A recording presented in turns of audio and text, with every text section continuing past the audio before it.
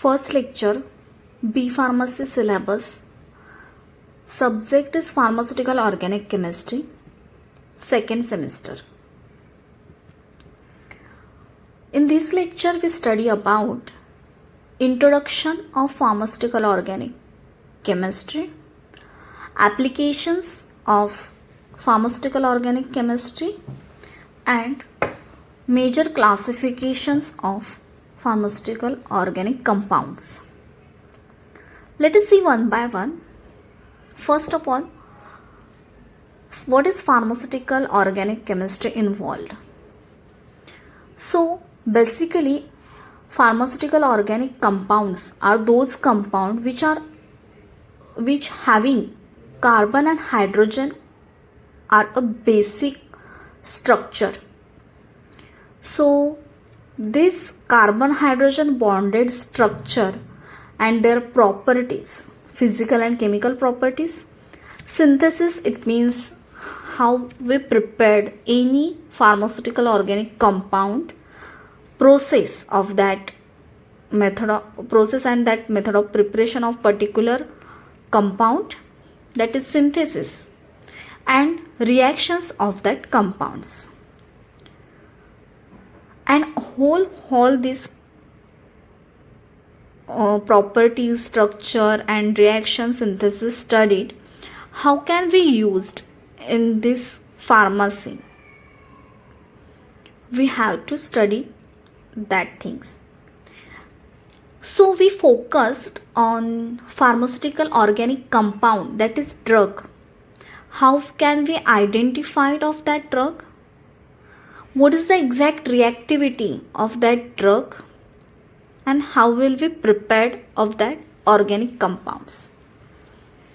In pharmaceutical organic compounds, we specialized mention the applications in this organic chemistry. So basic principle of that compounds are to design, synthesis, development and analysis of any pharmaceutical organic compound. Basically आपण पाहायला गेलो तर pharmaceutical organic केमिस्ट्रीमध्ये अशा pharmaceutical organic कंपाऊंडचा study केला जातो जे आपण compounds कसे टार्गेट बेस्ड डिझाईन केले पाहिजेत, कशा पद्धतीत आपण त्यांचं प्रिपरेशन केलं पाहिजे आणि टार्गेटसाठी आपल्याला तो कशा पद्धतीमध्ये स्ट्रक्चर डेव्हलप केला पाहिजे आणि हे डेव्हलपमेंट नंतर डिझाईन नंतर त्याला प्रिपरेशन केल्यानंतर त्याचं ॲनालिसिस कशा पद्धतीत केलं जातं, या सगळ्याचा स्टडी ज्या ड्रगचा आपण करतोय त्यालाच फार्मास्युटिकल एजंट म्हटलं जातं. In these pharmaceutical agents study their structure, chemical physical properties and reactions to understand how they are interact with the biological system for therapeutics. म्हणजेच काय तर फार्मास्युटिकल एजंट्स म्हणजे जे ड्रग्ज आपण बनवलेले आहेत ते ड्रग, त्या ड्रगचं स्टडी काय स्टडी तर स्ट्रक्चर्स, त्याचा तो कसा बनलेला आहे, त्याच्या फिजिकल आणि केमिकल अशा बोथ प्रॉपर्टीज काय आहेत, त्याला अनुसरून त्यांचे रिॲक्शन्स कशा होत आहेत त्या एजंट्सच्या, ह्या सगळ्याचा इम्पॅक्ट जो आहे तो ड्रग आपल्या बॉडीमध्ये जेव्हा आपण ॲडमिनिस्टर करू, म्हणजे ह्युमन बॉडीमध्ये जेव्हा तो ॲडमिनिस्टर केला जाईल तेव्हा तो कशा पद्धतीने रिॲक्शन शो करेल आपल्या बायोलॉजिकल सिस्टीममध्ये, तो कशाप्रकारे इंटरॅक्ट होईल आणि कशाप्रकारे आपल्याला एखाद्या पर्टिक्युलर डिसीजवर तो इफेक्ट शो करेल, पॉझिटिव्ह रिस्पॉन्स शो करेल. ह्या सगळ्याचं स्टडी आपण फार्मास्युटिकल ऑर्गॅनिक केमिस्ट्रीमध्ये करतो, जे बेसिकली ऑर्गॅनिक कंपाऊंड्स आहेत त्यांचा. Now next point is application. So application of pharmaceutical organic chemistry. They have organic compounds. We have to design or discovery of a drug. So identification of a new drug target and creation of the new therapeutic molecules. That is our first application. जो पण काही organic compound असेल त्याला कशा पद्धतीने आपण शोधलं पाहिजे त्याचं आयडेंटिफिकेशन कशा पद्धतीत केलं पाहिजे, त्याला कशा पद्धतीमध्ये डेव्हलप केलं पाहिजे. क्रिएशन म्हणजे काय, तर आपल्याला एखादा ड्रग फाइंड आउट केल्यानंतर त्याला आपल्याला जर थेरॅपेटिक मॉलिक्यूलमध्ये कन्व्हर्ट करायचं आहे तर आपण कसं करणार. यासाठी आधी आपण आयडेंटिफाईड करणार की असा असा ड्रग आहे, तो ड्रग ह्या टार्गेटला बाइंड होणार आहे, तर मग तो कशा पद्धतीने बाइंड होतो याचा स्टडी करून तो तशा पद्धतीने आपण त्याला बनवण्याचा प्रयत्न करणार. म्हणजेच न्यू ड्रगचं टार्गेट आयडेंटिफाईड करणार आणि त्याला त्या पद्धतीने डिझाईन करणार. Next one, synthesis of API. API that is active pharmaceutical ingredient. म्हणजे जो मेन ड्रग आहे, जसा की एक मेन ड्रग असतो, त्या ड्रगला आपण एक्सिपियंट्स वगैरे यूज करून, जसं की colour order, binding agent, lubricant, अशा खूप साऱ्या गोष्टी एकत्र करून त्या ड्रगमध्ये त्याला एका डोसेज फॉर्ममध्ये आपण कन्व्हर्ट करतो. पॅरासिटामॉल काय झाला, API झाला. हाच API, हाच फार्मास्युटिकल ॲक्टिव्ह फार्मास्युटिकल इन्ग्रेडियंट आहे. त्याला आपण व्हेरियस डोसेज फॉर्ममध्ये कन्व्हर्ट केलेलं आहे. मार्केटमध्ये आता त्याचे सस्पेन्शन अवेलेबल आहे, त्याच्या टॅबलेट्स अवेलेबल आहे. म्हणजे आपल्याला त्याला जसा तो टार्गेट बेस छान रिस्पॉन्स शो करतोय त्या पद्धतीने आपण त्याला सिंथेसिस करून कंपोज करतोय. तसंच आपल्याला APIचं सिंथेसिस आधी डेव्हलप करणं आहे. So we have to synthesis some APIs by using some good methods. Here developing efficient methods for producing active pharmaceutical ingredient.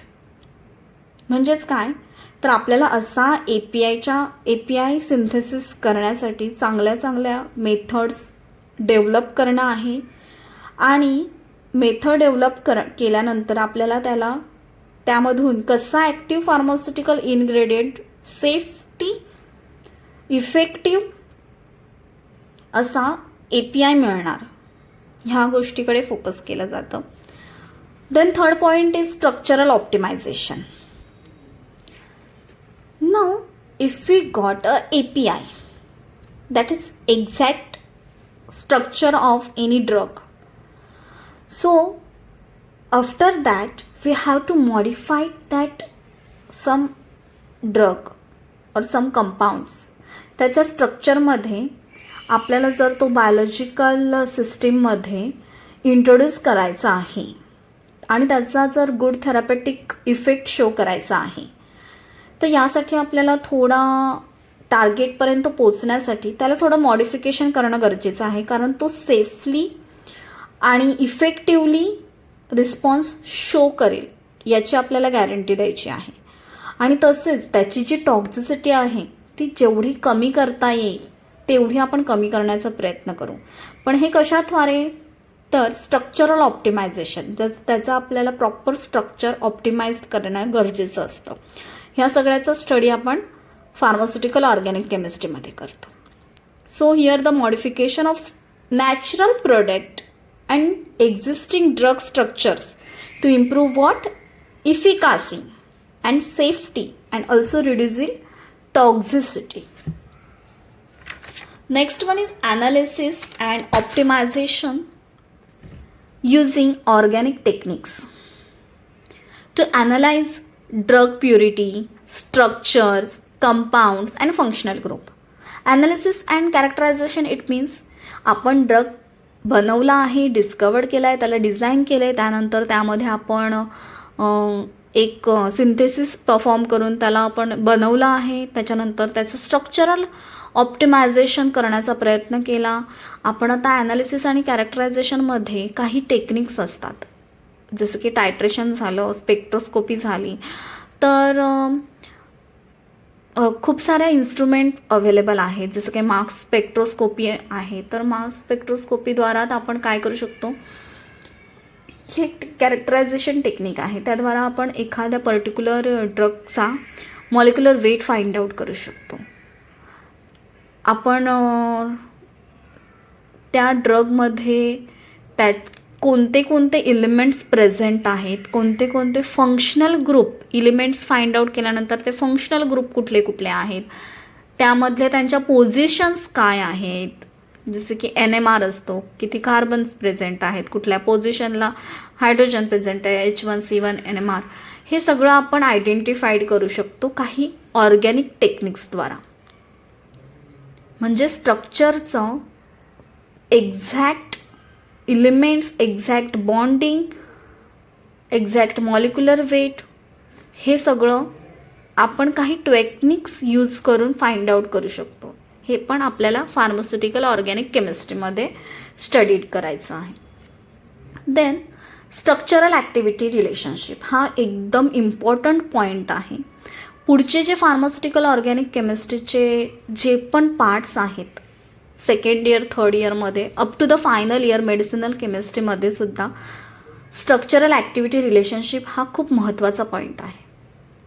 हा एकदा पॉईंट समजला की पुन्हा आपल्याला यावर जास्त फोकस करण्याची गरज नाही. स्ट्रक्चरल ॲक्टिव्हिटी रिलेशनशिपमध्ये काय असतं, आता एक स्ट्रक्चर झालं, we consider this is benzene ring.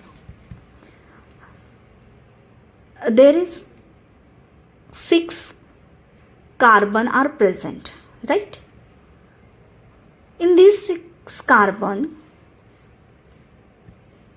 some 2 hydrogens are also present in this carbon. Now, how can we introduced into our biological system and how they bind with the target of that biological system and how they will respond therapeutic response to our body. That is your structural activity relationship. म्हणजे in शॉर्टमध्ये काय म्हणायचं झालं तर एखादा structure जो आहे तो ॲडमिनिस्ट्रेट केल्यानंतर त्या स्ट्रक्चरच्या इलिमेंट्सच्या बॉन्ड्सच्या पोझिशनद्वारा किंवा जे फंक्शनल ग्रुप प्रेझेंट्स आहे, जे इलिमेंट्स प्रेझेंट्स आहेत त्या स्ट्रक्चरमध्ये ज्या ज्या पोझिशनला, त्यानुसार तो स्ट्रक्चर टार्गेटवर बाइंड झाल्यानंतर कशा पद्धतीमध्ये ॲक्टिव्हिटी शो करतोय. कुठल्या ॲक्टिव्हिटी तर biological activity. They mention here the study how the chemical structure relate to show the biological activity. म्हणजेच आपण सिंथेसिस केलेला जो स्ट्रक्चर आहे, ऑप्टिमाइज केलेला स्ट्रक्चर आहे, ॲनालिसिस केलेला जो स्ट्रक्चर आहे, तो स्ट्रक्चर जेव्हा आपण आपल्या बायोलॉजिकल सिस्टीममध्ये इंट्रोड्यूस करतो तेव्हा तो कशा पद्धतीमध्ये थेरापेटिक ॲक्टिव्हिटी शो करतो, कसा पॉझिटिव्ह रिस्पॉन्स शो करतो, ती स्ट्रक्चर आणि त्या ॲक्टिव्हिटीची काय झाली, रिलेशनशिप झाली. Okay, so that is nothing but the structural activity relationship. स्ट्रक्चरच्या बायोलॉजिकल ॲक्टिव्हिटीशी कसा संबंध आहे, कसा पॉझिटिव्ह संबंध आहे हे शो करणं आणि त्याच्या ज्या पण टॉक्झिसिटी आहे त्या रिड्यूस्ड करणं, हे सगळं आपल्याला फार्मास्युटिकल ऑर्गॅनिक केमिस्ट्रीमध्ये शिकायचं आहे आणि त्या ठिकाणी ते अप्लाय करायचं आहे. This is all about the introduction and applications of pharmaceutical organic compounds into the pharmaceutical organic chemistry. Now next main point is what? Classification of organic compounds. Basically we study only the carbon skeleton. It means there is only 2 chains, open chains and closed chains. These classification are available only, and some students are draw only this classification, but not. Here is the classification are also divided into the 5 categories. Okay, first one is your carbon skeleton, second one is your functional group, third one is your saturation, fourth one is your presence of heteroatoms, and fifth one is your polymers. These are the 5 main class of organic compound we classified into the sub organic compounds. Now let us see one by one. First one is your carbon skeleton. So organic compound into the carbon skeleton we divide it into 2 main parts. First one is your open chain or aliphatic organic compounds, and second one is your closed chain that is cyclic organic compounds. Open chain म्हणजे जे कुठेच शेवटचा आणि starting ह्या दोन्ही end आणि start हे कुणाशीच attach नाही आहे, ते ॲलिफॅटिक कंपाऊंड्स म्हटले जातात. आणि क्लोज चेन म्हणजे सर्क्युलर पोझिशनमध्ये सायक्लिक पोझिशनमध्ये जे कंपाऊंड्स आढळतात त्यांना आपण म्हणतो सायक्लिक ऑर्गॅनिक कंपाऊंड्स और close chain organic compounds. So basically open chain कंपाऊंड्समध्ये 3 मेन टाईप्स आहेत, alkanes, alkenes and alkynes. Single bond, double bond and triple bond respectively. Here I mention 3 examples. Alkene has a ethene, alkene has a ethene, or alkyne has a ethyne. In the closed chain or cyclic organic compounds, homocyclic compound and heterocyclic compound are 2 main subtypes. Into the homocyclic compound, there is all elements are in same number of elements are present. In heterocyclic compound there is the different position of different elements are present. जसं की आपण पाहू शकतो ॲलिसायक्लिकमध्ये cyclopropane आहे. सायक्लोप्रोपेनमध्ये same elements present आहेत प्रत्येक पोझिशनला. Same हेट्रोसायक्लिकमध्ये पण ॲलिसायक्लिक येतं आणि ॲरोमॅटिक पण येतं, पण दोघांमध्ये पण एक ऑक्सिजन आणि ॲरोमॅटिकमध्ये एक नायट्रोजन असे वेगवेगळे पोझिशनला वेगवेगळे एलिमेंट्स प्रेझेंट आहेत. होमोसायक्लिक कंपाऊंडमध्ये ॲलिसायक्लिक नंतर ॲरोमॅटिक कंपाऊंड येतात. ह्या ॲरोमॅटिक कंपाऊंडमध्ये अजून 2 टाईप्स आहेत, benzenoid compounds and non benzenoid compound. Benzenoid compound containing the benzene ring structures are available and non-benzonite compounds contain more than 6 bonds or less than 6 bonds are present. That is non-benzonite compound. जे बेन्झिनचं derivative नसतील किंवा बेन्झिनपेक्षा जास्त किंवा बेन्झिनपेक्षा कमी bonds present असतील. Here I draw the example of azulene जिसमें 2 ring है, जो एक है जो 7 मेंबर रिंग है और उसको अटैच्ड 5 मेंबर रिंग है, जो कि एज़ुलिन स्ट्रक्चर कहलाता है, जो कि नॉन बेन्जोनाइट कंपाउंड में आता है. और बेन्जोनाइट कंपाउंड में बेंजीन का कोई भी डेरिवेटिव आप ऐड कर सकते हो या फिर डायरेक्टली आप बेंजीन लिख सकते हो. This is all about the carbon skeleton only. Carbon के बेसिस पे ये सिर्फ क्लासिफिकेशन दिया है मैंने. अभी आप देखोगे तो फंक्शनल ग्रुप के हिसाब से भी अलग क्लासिफिकेशन आएगा. So functional group containing hydrocarbons. Hydrocarbons it means obviously alkene, alkene and alkynes are 3 sub classes are available. Halides, halides में आपका क्लोराइड आएगा, ब्रोमाइड आएगा, आयोडाइड आएगा, फ्यूरान आएगा. देन अल्कोहल, अल्कोहल, ईस्थर जिसमें डिफरेंट आर ग्रुप प्रेजेंट रहेंगे और beach में आपका ऑक्सीजन रहेगा, दैट इज ईथर. अल्कोहल में क्या रहता है, हाइड्रोक्साइल ग्रुप अटैच रहता है आर को. अल्डिहाइड एंड कीटोन में क्या रहता है आपका, अल्डिहाइड में हाइड्रोक्साइल ग्रुप जो है वो कार्बन को अटैच रहेगा और वो कार्बन आपका आर को अटैच रहेगा. बेसिकली कीटोन में क्या रहता है, 2 आर ग्रुप प्रेजेंट रहते हैं, सी डबल बॉन्ड ओ को.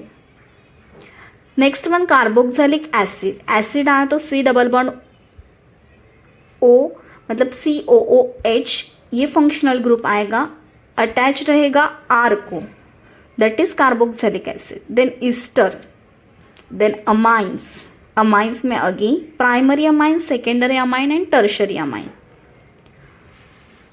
अमाइड, अमाइड में again primary amide, secondary amide and tertiary amide. Number of R group present denote has an primary. अगर एक ही आर है तो आप क्या लिखोगे, that is primary. 2 R group present हैं आपके NH में तो आप क्या लिखोगे, सेकेंडरी. 3 आर ग्रुप है तो आप टर्शरी डालोगे, same has in amide also. Okay, then third one is your saturation. Saturation, it means unsaturated compound and saturated compound. So saturated compound containing only single bond are present between the carbon atoms, that is saturated compound. Unsaturated compound जिसमें आपको double bond और triple bond दिखाई देंगे जिस structure में, वो unsaturated compound कहलाएंगे. Then fourth one is presence of heteroatoms.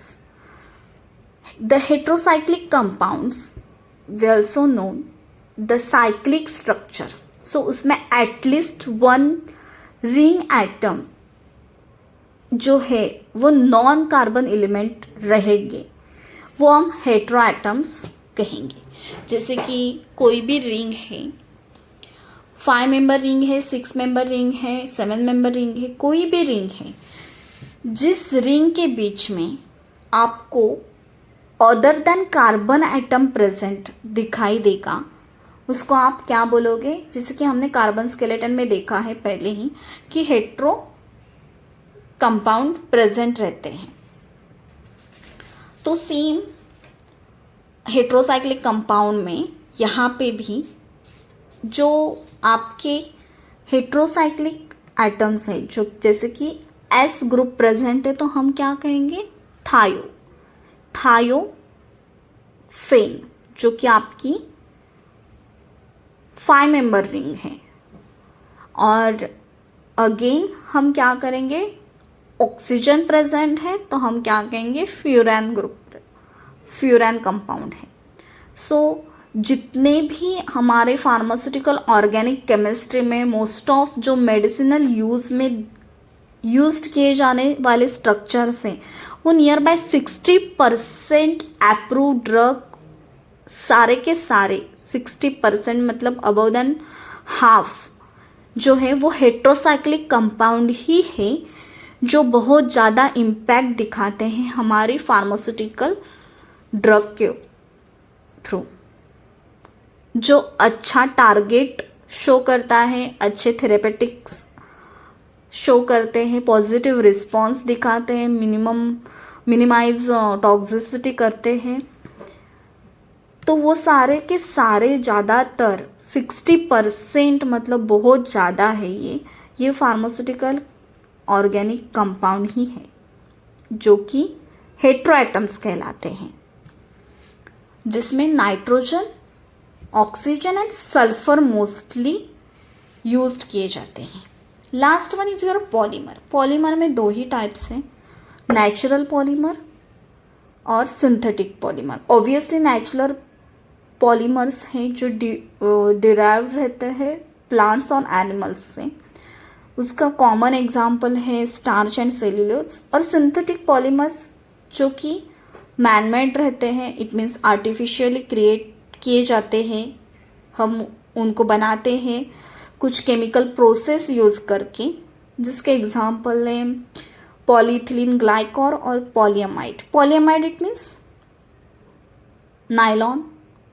Polyethylene glycol widely used into the pharmaceutical industries, जो कि वाटर सोल्यूबल है, तो कैप्सूल वगैरह प्रिपरेशन में वो अच्छे से यूज्ड किया जाता है. पॉलीएमाइड भी नायलॉन है, जो कि फैब्रिक वगैरह में बहुत ज़्यादातर यूज्ड किया जाता है.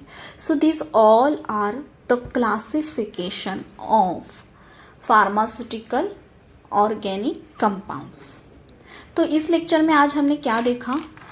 फार्मास्यूटिकल ऑर्गेनिक केमिस्ट्री का इंट्रोडक्शन, जिसमें हमने बोला है कि ऐसे स्ट्रक्चर्स और ऐसे कंपाउंड जो कार्बन बेस्ड कंपाउंड्स हैं, उन्हीं के स्ट्रक्चर, उन्हीं के केमिकल फिजिकल प्रॉपर्टीज़, उन्हीं के सिंथेसिस, उन्हीं के रिएक्शंस को हम स्टडी करेंगे और उनका मेडिसिनल यूज कैसे किया जाता है उनके बारे में इंफॉर्मेशन करेंगे. Also we are here focused on the reactivity of that drug, how can we identify of that drug, how will we prepared of that drug. Then next thing is we have to understand how they interact with our biological system or human body to give a therapeutic response. Correct. Next one application देखे हमने. तो application में हमने 5 main application जो है वो हमने देखे हैं. उसमें ड्रग डिस्कवरी एंड डिज़ाइन देखा, जिसमें हमें एक न्यू ड्रग के टारगेट्स को पहले आइडेंटिफाइड करना पड़ेगा.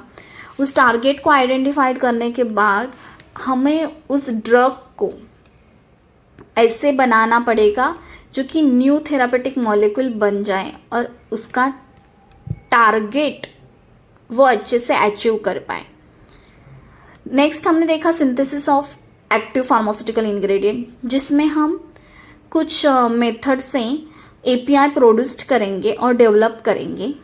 थर्ड देखा हमने स्ट्रक्चरल ऑप्टिमाइजेशन, जिसमें हम नेचुरल प्रोडक्ट या फिर जो ड्रग स्ट्रक्चर है उनका मॉडिफिकेशन करेंगे, या फिर उनको मॉडिफिकेशन कैसे करेंगे तो वो ज़्यादा से ज़्यादा सेफ़र रहे और ज़्यादा से ज़्यादा इफ़ेक्टिव रहे, और उसकी जो टॉक्सिसिटी है वो जितने हम कम कर सकते हैं उतनी कम कर पाए. ये सब हमने देखा. उसके बाद देखा हमने fourth one is analysis and characterization. It means हमने उसमें देखा कि कैसे हम किसी ऑर्गेनिक कंपाउंड्स का एनालाइज कर सकते हैं किसी टेक्निक्स द्वारा, कि उसमें कौन से फंक्शनल ग्रुप्स प्रेजेंट है, कौन से एलिमेंट्स और कौन से कंपाउंड्स प्रेजेंट हैं, या फिर उसका स्ट्रक्चर मॉडिफिकेशन कैसा है, या फिर उसकी प्यूरिटी क्या है. वो बहुत सारे टेक्निक्स यूज़ करके हमें उसका एनालिसिस स्टडी करना है, उसका कैरेक्टराइजेशन फाइंड आउट करना है. और लास्ट पॉइंट हमने देखा स्ट्रक्चरल एक्टिविटी रिलेशनशिप, जिसमें आपने बनाया हुआ जो ड्रग है या फिर जो आपने सिंथेसिस किया हुआ ड्रग है, वो ड्रग उस ड्रग के स्ट्रक्चर के थ्रू उसमें जो फंक्शनल ग्रुप, उसमें जो बॉन्डिंग है, अनसैचुरेशन है, सैचुरेशन है, जितने भी एलिमेंट्स प्रेजेंट है, जिस पोजीशन पे प्रेजेंट है, वो सारे के सारे हमारे बायोलॉजिकल सिस्टम पे कैसे थेरापेटिक एक्टिविटी शो करेंगे. और अगर हमने उस पोजीशन को चेंजेस किया, उसमें से कुछ एलिमेंट्स अगर हटाए या फिर उसमें से ऊपर नीचे कुछ पोजीशंस किए, डबल बॉन्ड ट्रिपल बॉन्ड कुछ हैपनिंग किया, तो उन सब चेंजेस की वजह से भी बायोलॉजिकल एक्टिविटी पे क्या इफ़ेक्ट हो सकता है. मतलब उस स्ट्रक्चर का उस बायोलॉजिकल एक्टिविटी से क्या रिलेशनशिप है, कैसे वो इफ़ेक्ट दिखाएगा, ये सारा हमने उसमें देखा. और नेक्स्ट हमने स्टार्ट किया classification of organic compound. So classification of organic compound में बेसिकली 5 मेन क्लासेस हैं. First one is your carbon skeleton, second one is your functional groups, third one is your saturation, then presence of hetero atoms, जिसमें हमने देखे हैं कि near by 60% जो भी marketed approved drug है वो सारे स्ट्रक्चर्स के टाइप्स वो हेट्रोसाइक्लिक कंपाउंड्स के अंदर आते हैं. ओके. और लास्ट वन देखा पॉलीमर्स, वो ज़्यादातर हम एक्सपेंट्स में यूज़ करते हैं, not as an API. So this all about introduction of pharmaceutical organic chemistry lecture.